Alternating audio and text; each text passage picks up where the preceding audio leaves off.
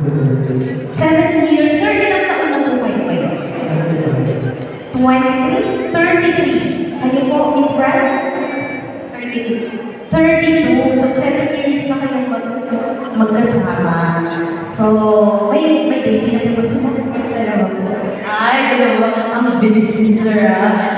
Nasaan yung mga baby natin ito po ba? Ay, nasa bahay. Oo, sige. Sir, ikwento niyo naman sa amin, saan niyo po nakita ang iyong soon-to-be wife? Sa kaibigan namin sa lugar. Pero sa nagkaklas ko siya. Saan po kayo nag-aaral ng elementary? Kamba? Nagkaklase po kayo? Elementary? Ay, totoo yan, di ba? Totoo yan, nagkaklase.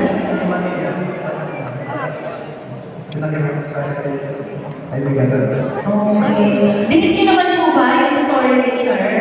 So, elementary classmates po pala sila and then nagbakasyon si Miss or pupunta ng Manila.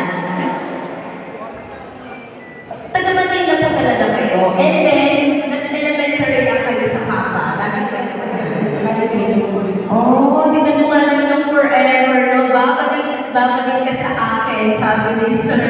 So, pagbalik niyo po dito, kaagad ba, Sir, niligawan niyo na siya? Binibiro lang din. Kuya-kuya din. Binibiro lang din nung una. Pero syempre, ramdam na ni Miss Bright ang pagpaparamdam ng kanyang boyfriend during that time. Kayo po ba, Miss?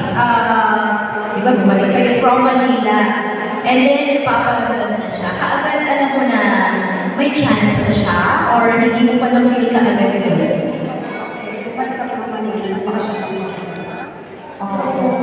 Ano pa rin, Friendster. Friendster pa ng time na yun. Pagbalik niyo po ba dito wala kayong boyfriend? Wala naman. So malakas ang loob ni Mr. J. Kaya naligawan. So congratulations po in advance.